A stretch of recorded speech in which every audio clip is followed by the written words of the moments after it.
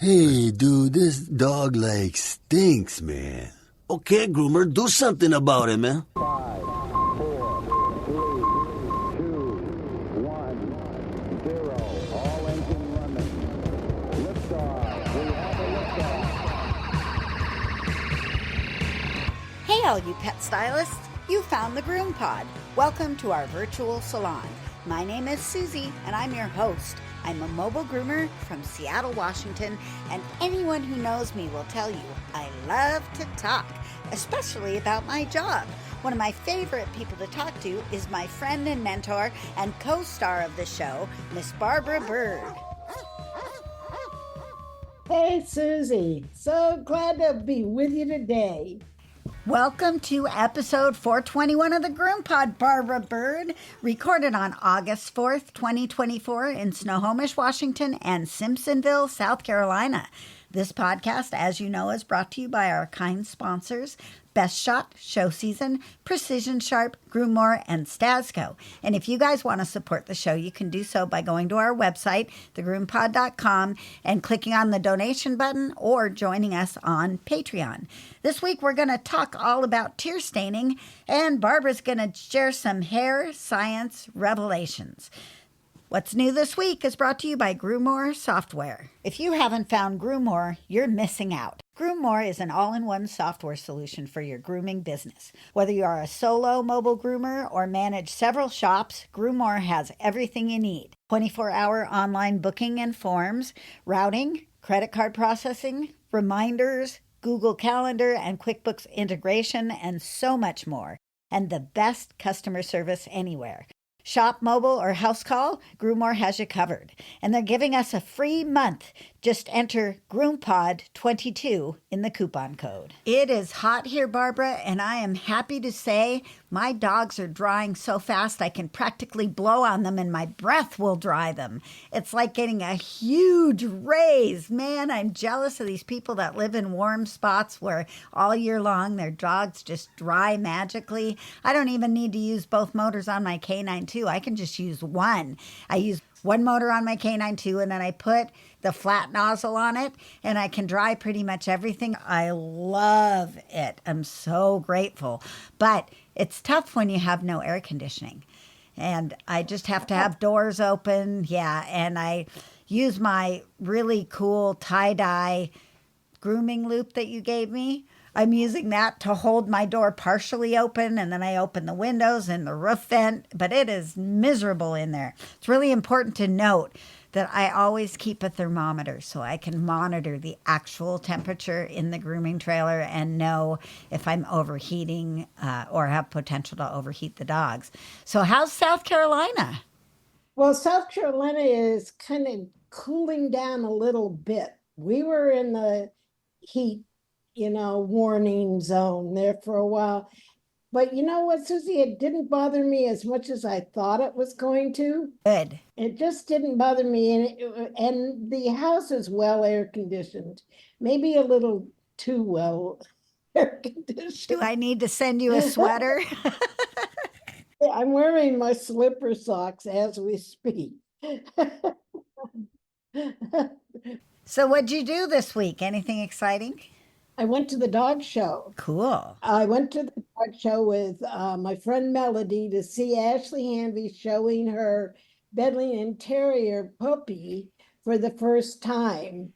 It was kind of a low stress day for Ashley because how serious can you get when you've got just a wiggly puppy in there to show for the first time and you want it to have fun? So she just was taking a low attitude towards the whole thing, and it made for a lovely day. And I watched her drying her Bedlington with this cool little tabletop small dryer to brush dry the Bedlington coat, and it was amazing. Really? I didn't realize how much technology has advanced. Yeah, really, that deserves a sound effect. For sure. But even the little handheld dryer, the brush dryer that I got, It's nice, but now I'm seeing these really tiny handheld gun dryers. I kind of want one of those. I love keeping up with it, so I bought one.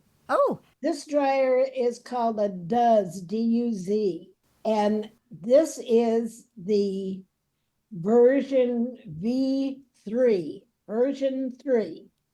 And it's the greatest thing since sliced bread, because I'm going to be grooming in this rather small space where I didn't really want to add the big footprint of my stand dryer, but I just cannot stand to dry without my stand dryer. I've got to do a fluff finish in order to feel really comfortable, unless it's some kind of a special case.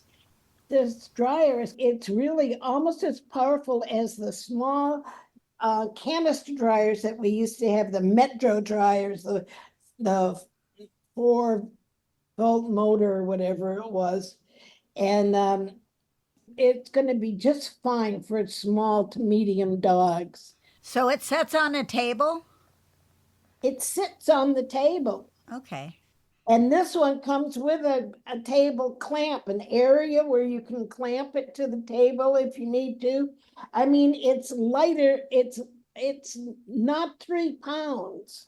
Wow. It's not even 5 pounds.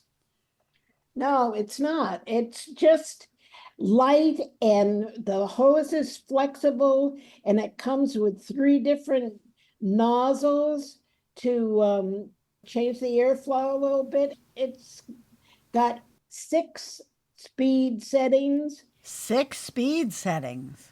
and 4 or 5 heat settings, Wow. including cool. So it truly is a stand dryer. It's just not a hugely powerful one. Yeah, but it's going to be as efficient as my big X Power stand dryer without the heaviness of the stand and the arm.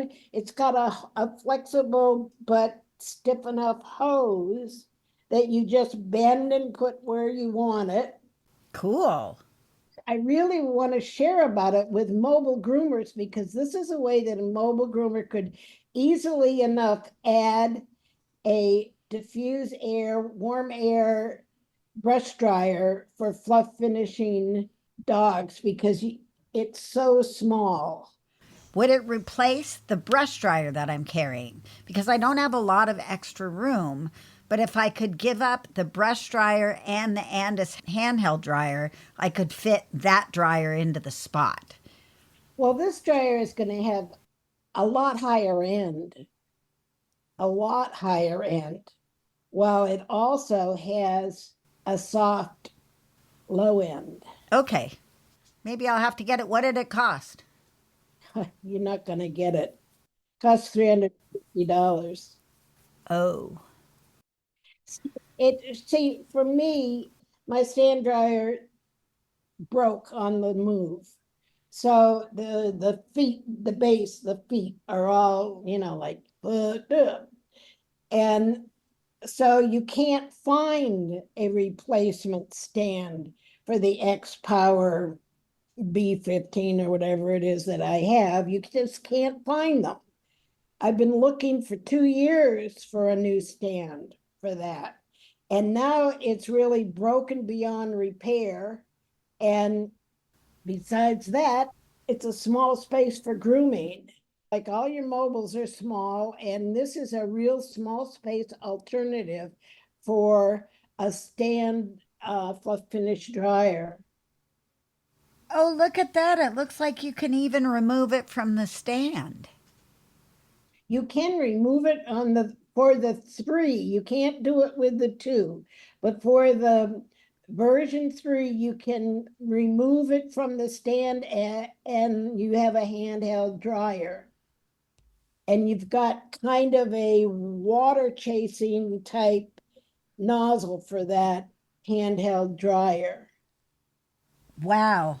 I think it'd be worth it. $350 for that. I'll let you know. Cool. So you're going to review it? I am. We can do that later today or next time, whichever works best for us. I say you give it a good workout this week and then review it next week. Yeah, I haven't actually used it. I confess that I'm so excited about it, but I haven't actually used it except on myself. Oh, well, that counts. Blew me away. I use all my stuff on me first, practically, almost all of it. I've never used a slicker on my own head. That kind of Yeah, I've intimidates never me. used a slicker on that, but I did find a new brush. Well, I don't want to get into that right now. Well, So we're thinking that we want to invigorate the podcast a little bit with some more exciting things to keep you guys interested. Barbara and I both like to do product reviews. Do you guys like to see product reviews? We're thinking we might do some more video. That might be also, product reviews are definitely on the radar. So let us know if those are things you might be interested in. And we're looking to upgrade the GroomPod. Plus, we got these really cool combs that say the GroomPod on them. And we're going to do some contests with those. Barbara, did you have a thought?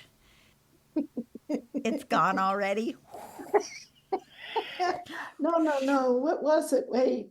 Where? Fuck. Fuck my demented self. Next time you have a thought, I'll let you go first.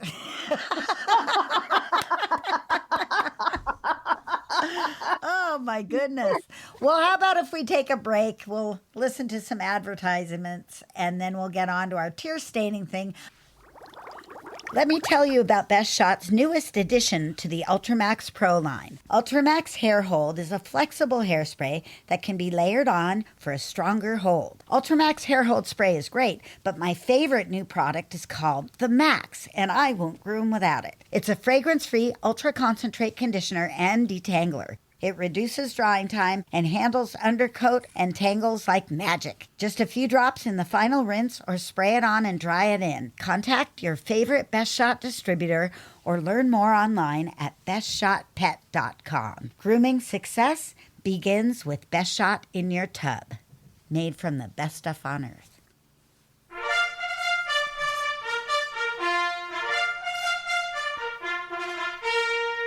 Ready, groomers? Here comes our first appointment.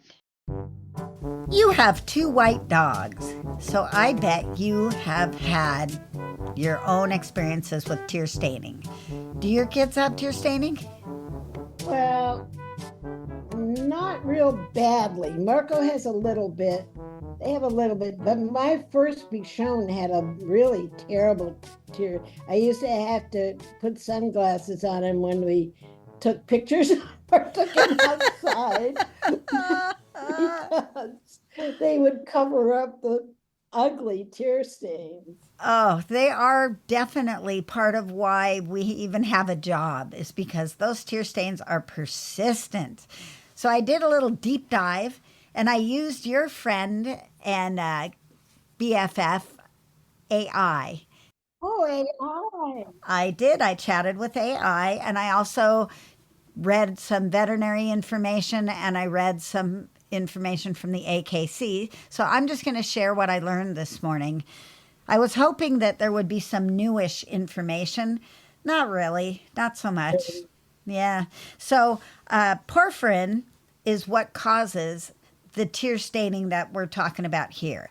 There is an additional kind of tear staining or staining that's caused by yeast, and it looks a little browner. It's not quite as red, and of course you can smell the yeast. That's kind of a different area, and it requires a little bit different treatment. So we're going to talk mostly about the reddish dark stains that are caused by porphyrin.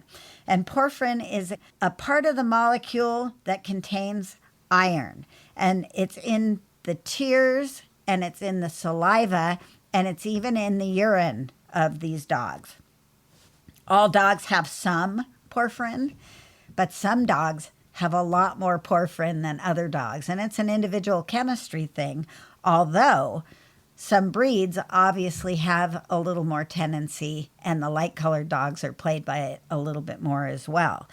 So something that I did learn this morning that I didn't know is that sunlight intensifies the staining. Did you know that? No, I didn't. So it intensifies it. There's a photosynthetic reaction that takes place and it darkens up the tear staining. So I thought that was new information to me. There's a lot of causes for tear staining. That's one of the things that makes it so hard to treat. Excessive tear production is really the basis of the problem, but there's lots of reasons for excessive tearing. And it's also called epiphora, I believe is the way you pronounce that.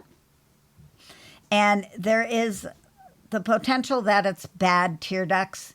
They're created, nature put them in badly, or they've got scarring or tissue that is blocking the ability to drain the tear duct.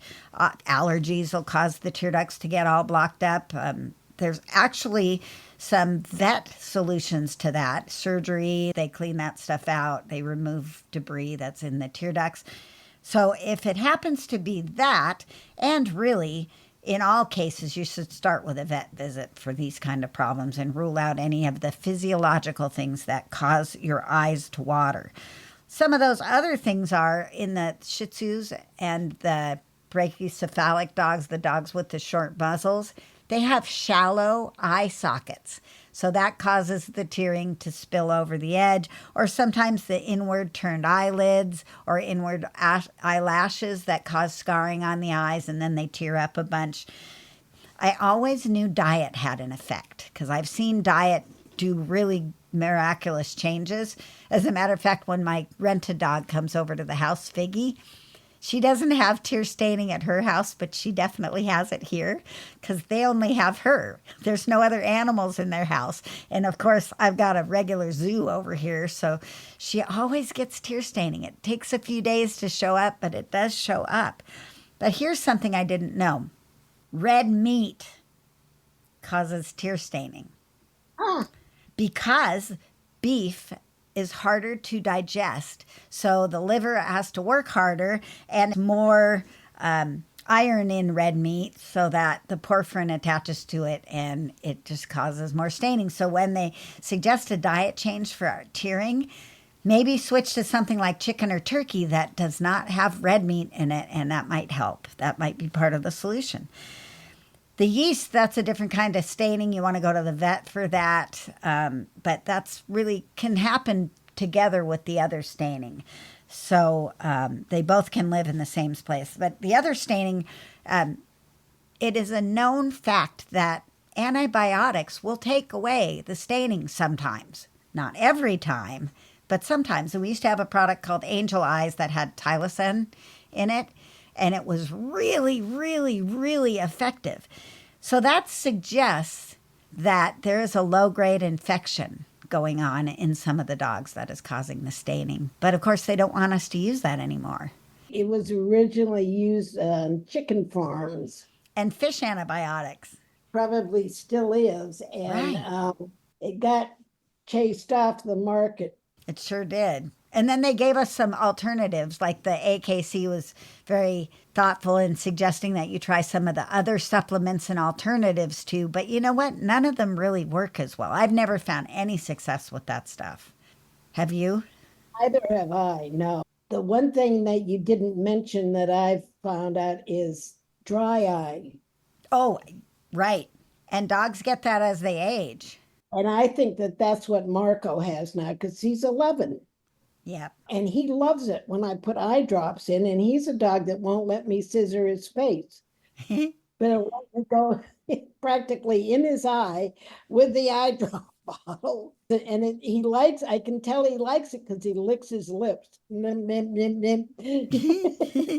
Oh, it's got to feel better because dry eye is kind of yucky. Hey, speaking of licking, the dogs will get staining from licking in spots as well.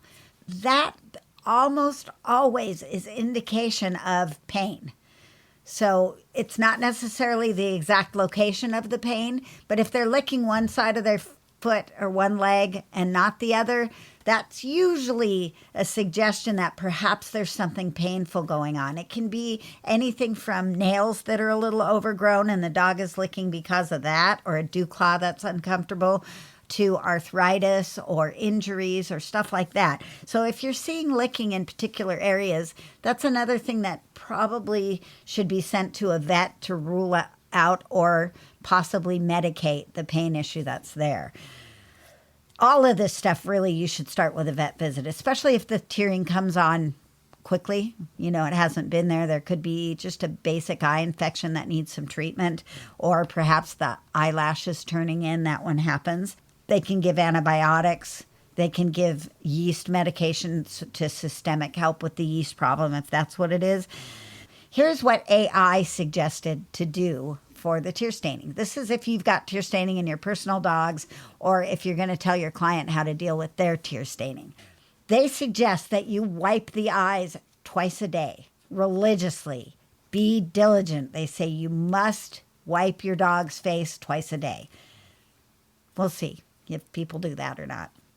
They suggest that you should use a contact lens cleaner that has boric acid in it, and that will help lighten, through chemical process, will help lighten the staining.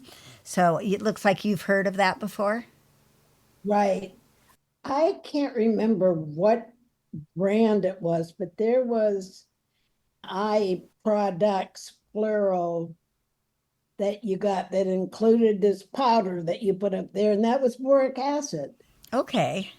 Well, that's a pretty good one. Been around, and it's not harmful to the eye itself. Use it in from the contact lens solution. It's properly diluted. That'll be easy. Yeah, that's a no-brainer. That's a good idea.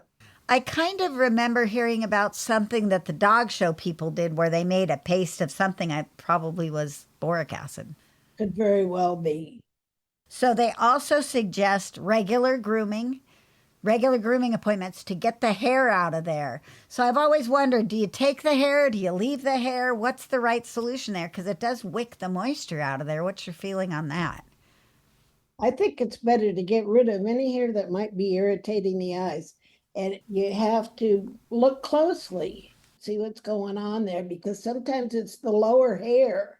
It's not always the upper lid and upper hair. It's sometimes the hair right underneath the eyes, or even that hair on the bridge of the nose can curl around and get into the eye. So you want to see what hairs are kind of out of place and possibly leading to irritation. Another thing is on my little dog Lily that I was talking about last week, who puts her head in my hand when I'm doing her face. I noticed her tearing had kind of ramped up, and when I put on my magnifying lighted glasses and I looked at her eye, she has a tiny mass starting right on the edge of her eyelid. That's what caused the excess tearing in her. I don't know if they're going to take it off, but it's definitely bugging her eye a little bit and will eventually cause some scarring if it continues to grow. Got to look for that stuff. Those little magnifying glasses, those are handy. They work really well. Mine didn't make it until the move. Oh, Bad handling at the salon. I can just say that, okay. Yeah, mine are fine. Everything is held together really well, and I've charged them now once, and they are bright as can be and work really well for me. So I put those on, and I was investigating the eyes, and I saw that tiny little mass on her eyelid. So they also say no plastic bowls. Well, that's common sense. Most people don't use plastic bowls to feed their dogs. Ceramic or metal or glass are a better choice. Apparently it adds to the eye staining. I'm not exactly sure how. So that was AI. I'm just going to take her word for it. Well, I've heard that before. Okay.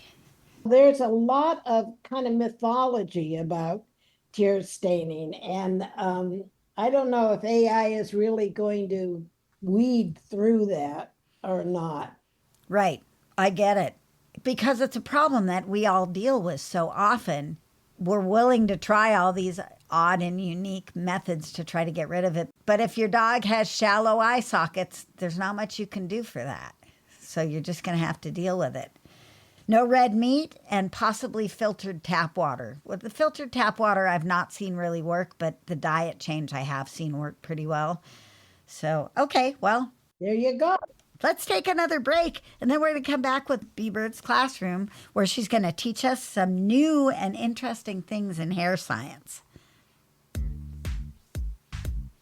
Show Season has a great enzymatic cleaner called Kennel Fresh. And you dilute it with warm water and it smells good, and then it evaporates to be a deodorant. As the Kennel Fresh dries, it's enzymatic, it eats the bacteria and the odor source. So it's really good stuff. You can use it indoors or out. Find it at your local distributors or showseasongrooming.com. We want to welcome Randy and Cheryl Lowe from Precision Sharp and invite you to check out their website where you can see their newest precise cut shear called Lynx. It's a patented design featuring a thumb ring that slides the length of the handle for perfect ergonomic placement of your thumb. Slide it and lock it into position to get your best groom on. Check it out at precisionsharp.com. Groomers, take your seats. It's time for B-Bird's classroom. Miss Barbara Bird, enlighten us. So, Susie, I've been doing a lot of reading and very deep diving into hair science, and I made a decision that I'm going to add a chapter on coat damage to my book. And it's almost a book in itself. I just want to talk a little bit about what facts have been kind of backed up by scientific study. One of the terms that we need to understand that you run into as soon as you start reading kind of professional articles about hair damage is the concept of hair weathering. And hair weathering is the deterioration of the hair shaft from root to tip due to cosmetic and environmental factors. So there's a lot of factors that go into that. In weathered hair, structural damage to the hair fiber causes the surface cuticle to become raised and porous, exposing the cortex to further damage. The concept of hair weathering reflects the accumulative nature of hair damage. And here's some facts that I can say have been established through numerous hair studies. So, like I've got probably 3 here, 2 there, but I'm just going to hit you with the facts and not go into the details about the studies, which I will expand on in the book. Shampooing and towel drying damages hair. Rubbing hairs together causes damage. Combing and brushing damages hair more than the lathering step of shampooing. Brushing is more damaging than combing. Cuticle loss is greater from wet combing than dry combing. Wet combing causes breakage, mostly at the hair roots. Wet combing causes breakage of longer pieces of hair because it's up higher. So a lot of the weathering is at the tips because that's the oldest part of the hair, right? Yeah, that's the part that gets whipped around. And that's the part that gets whipped around, as you would well know. In your active life, your hair gets whipped around a lot. My hair gets crushed in the bed. It gets rubbed on the pillows and it makes it matte. It's just, well, my hair is a hot mess. Well, my white hair has been breaking up. I've just been shedding hair all over myself and the house here in South Carolina, and I'm sure it's partly related to the change of climate and partly related to the enormous amount of stress I was under in getting here. Yep. So let me see where I was. As brushing or combing force increases, so does damage. So, yanking out tangles is way more damaging than picking them apart.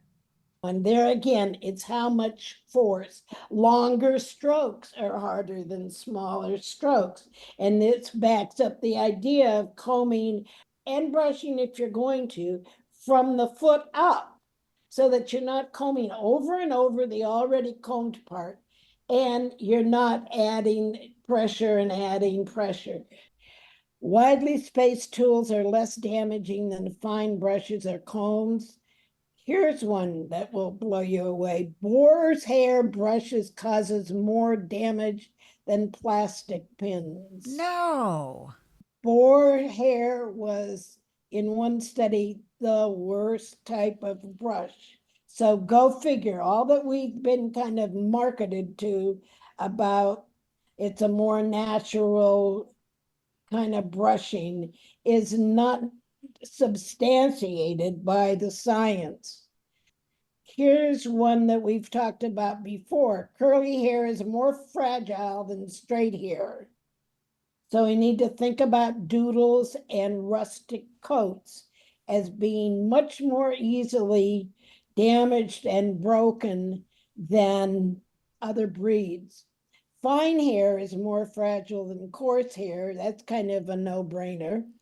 White hair is more fragile than pigmented hair. I've always thought that.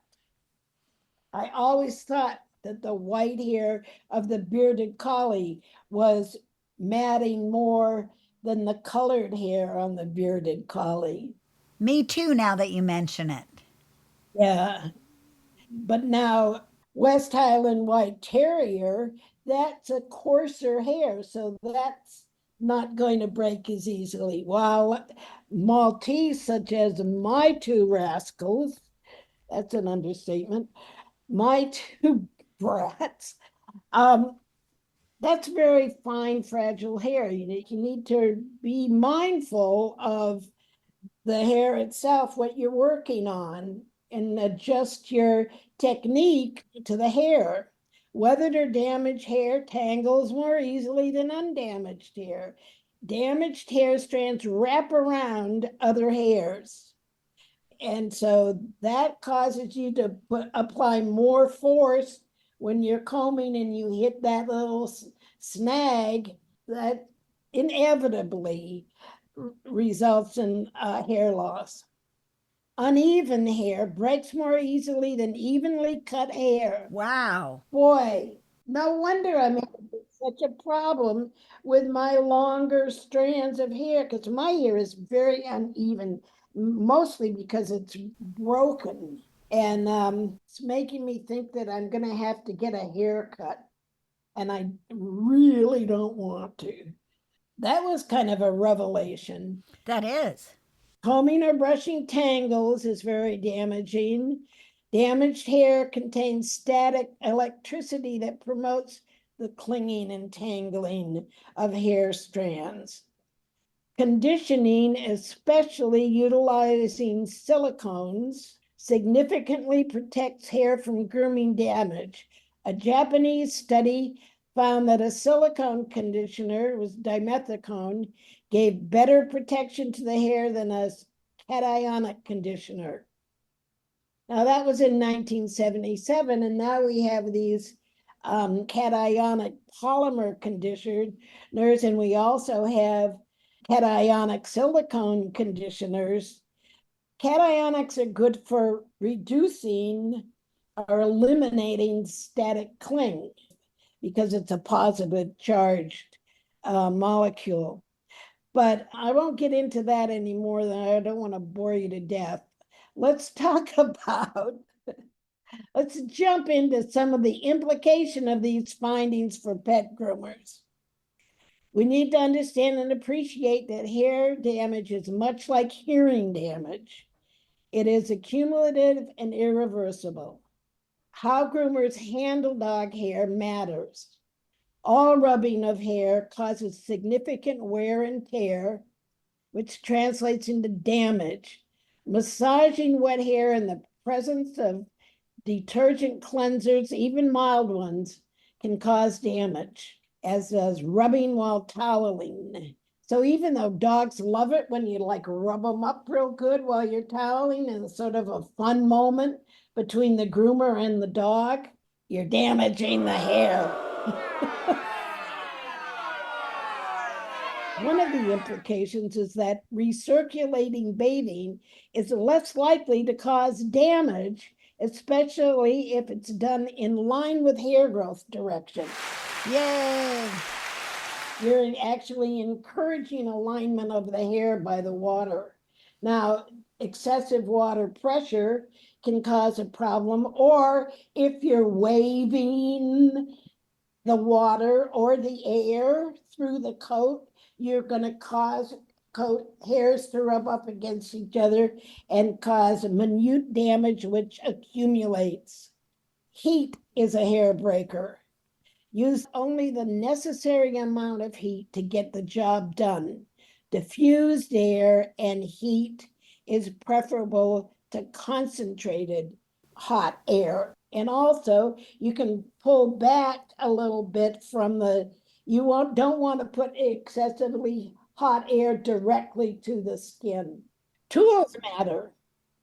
Brushing hair causes inevitable weathering. Brushes with fine pins cause more damage than those with spaced pins.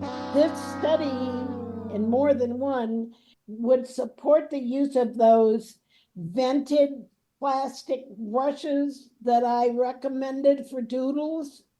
And by the way, I missed the point that curly hair is much more fragile than straight hair. I think maybe I touched on it. You did. You touched on it. The reason that curly hair is more fragile than straight hair is that the location of the proteins in the hair, in the inside of the hair, is out of balance on the curly hair.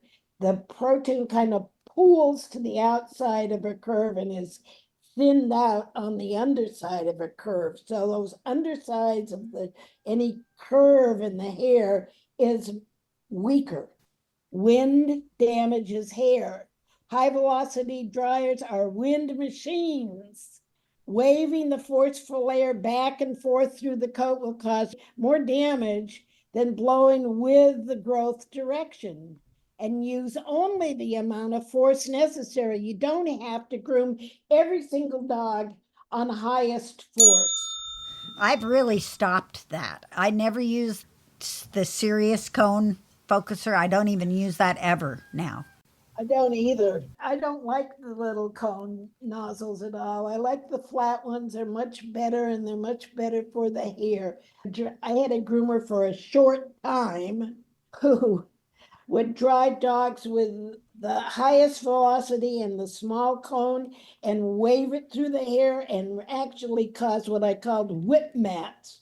The hair would whip around each other and tie in such a tight knot, you could only cut it out. Not to mention the trauma for the dog. She would have those whip knots in the coat, and then she would be taking her fine comb and yanking it through. I had to get rid of her because of that. Creating the whip mats and yanking them out with a comb. Give me a break. Bad employee. That was a tough moment. Also because she was a little scary when she wasn't on her medication. Yikes. Tools matter, people. Brushing hair causes inevitable weathering. Brushes with fine pins cause more damage than those with space pins. Brush and comb tips must be rounded and polished. Brushes with rough tips are brutal.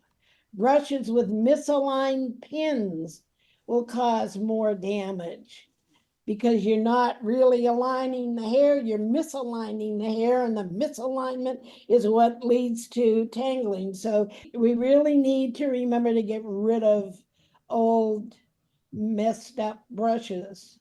And technique matters, force matters, speed matters. just slow down and take it easy and breathe and break up some of those tangles with your fingers before you start yanking at them with a comb, and use a wide tooth comb before you use a fine tooth comb, because that will set things up to straighten out easier on the hair.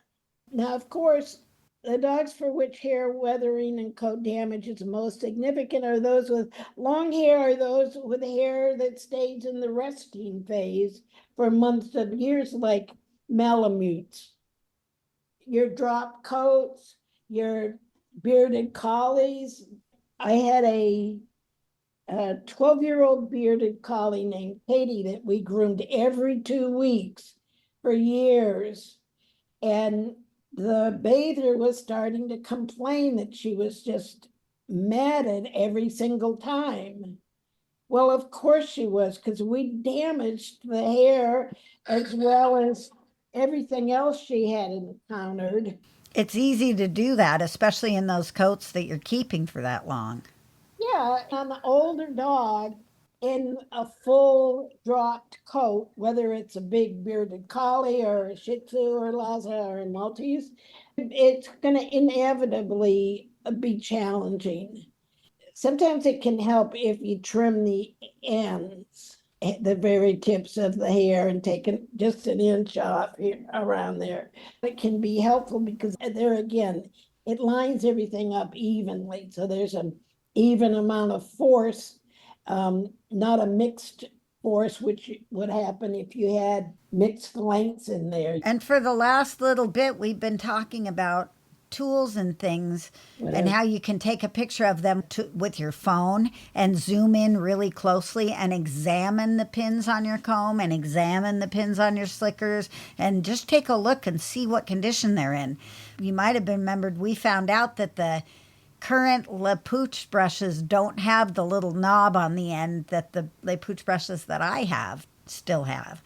So it's a lot of valuable information in there, taking real up close pictures. Really need to examine your slicker brushes, because some of those pins are just hammered through and chopped off, and they have very rough edges, and over time the slicker brushes can become less hair friendly.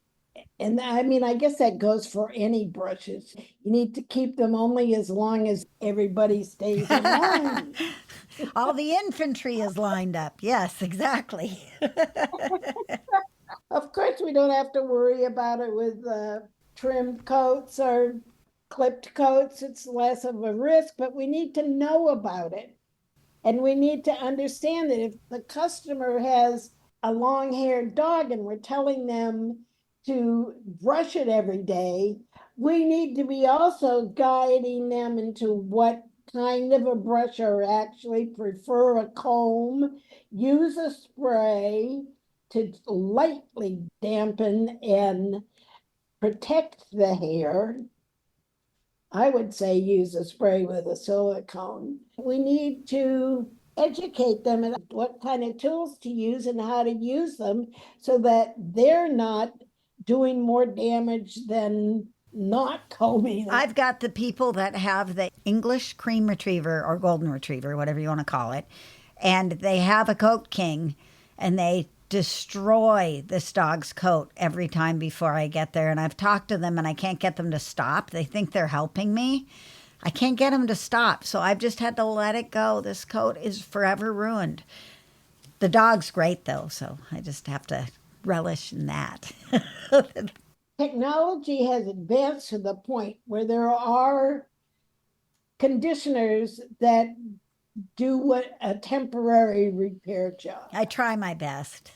Opause has a conditioning system with 2 products that is really technologically advanced. And you see, they need to be, because hair dyeing, anytime that you are somehow getting pigment from outside to really inside the hair cuticle, it's likely to have had to have some lifting of the hair cuticle involved, which is not really good. And bleaching hair is really one of the worst things that you can do. In fact, when they want to study weathered hair versus virgin hair, they bleach the hair sample. Hey, you sent me a really cool picture of hair with blisters on it. That's bubble hair that's caused by overheating the hair, and it really actually causes the interior liquid to boil. Well, anything else you want to throw on the end of this before we call it a day and I head off to groom my vet's dogs? No, I'm good. Do you have any questions of what I said? I'm good too. No, it all makes perfect sense. Take a picture of your tools, check it out, check your technique, use your products, and know that heat damages and brushing damages and rubbing damages and riding roller coasters damages. Everything we do, grooming damages. We need to own that. Yeah. We need to know that. And if you've got a dog with long ears that you're going to want to keep them long, you need to pay attention to what you're doing. Absolutely. All right, guys, thanks for being here with us. Thanks for supporting our sponsors and for supporting this podcast and just being the best listeners out there ever. Stay tuned. We're going to have some contests and give away some cool combs and who knows what else. And Barbara, it's been delightful. Happy grooming, everyone. See you next week on the GroomPod. Take care of yourselves. Love you. Bye-bye now.